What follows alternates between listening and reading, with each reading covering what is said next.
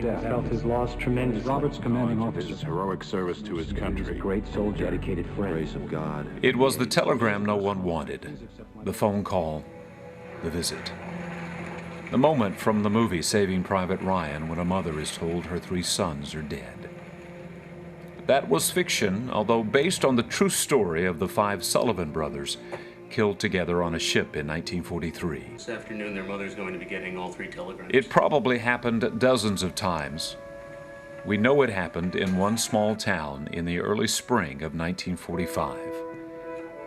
3 brothers, Hosea, Willie Lee, and John Torres, all killed within weeks of each other, all brought back to Zwolle on a train. Yeah, a lot of people. There were pictures in the paper. People lined up. James Salter knew all 3, had grown up with them in Zwolle. Stories were written statewide about it, national newspapers. It's said to be perhaps the saddest day in Zwolle's history. The bodies were escorted by honor guard to the St. Joseph Cemetery to join 23 other Zwolle boys, all killed during the Second World War. It was a big event, was very touching. Hosea and Willie Lee were both killed in the Philippines shortly before General MacArthur waded ashore.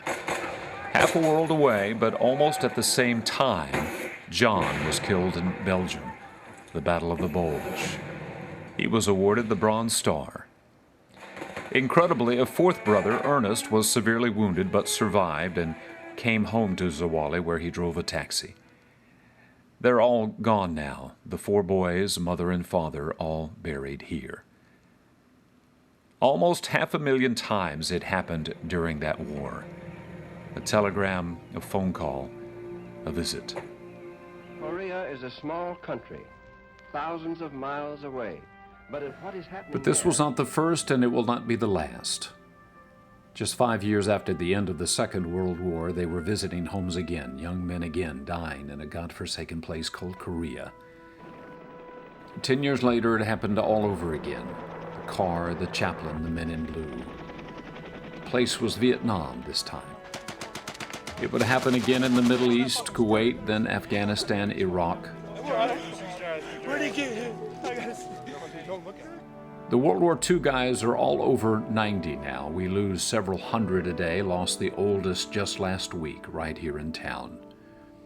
It's good that we honor them now, while they can still hear our words.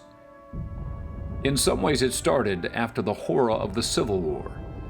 More than 600,000 died in just 4 years. Not a family in America was left untouched. Slowly, quietly, something began to happen. Families would spend at least one day, all day, decorating his grave. It began to happen all over America. In 1868, we gave that day a name, Decoration Day. Then during World War II, we changed the name to Memorial Day, made it a Monday in late May.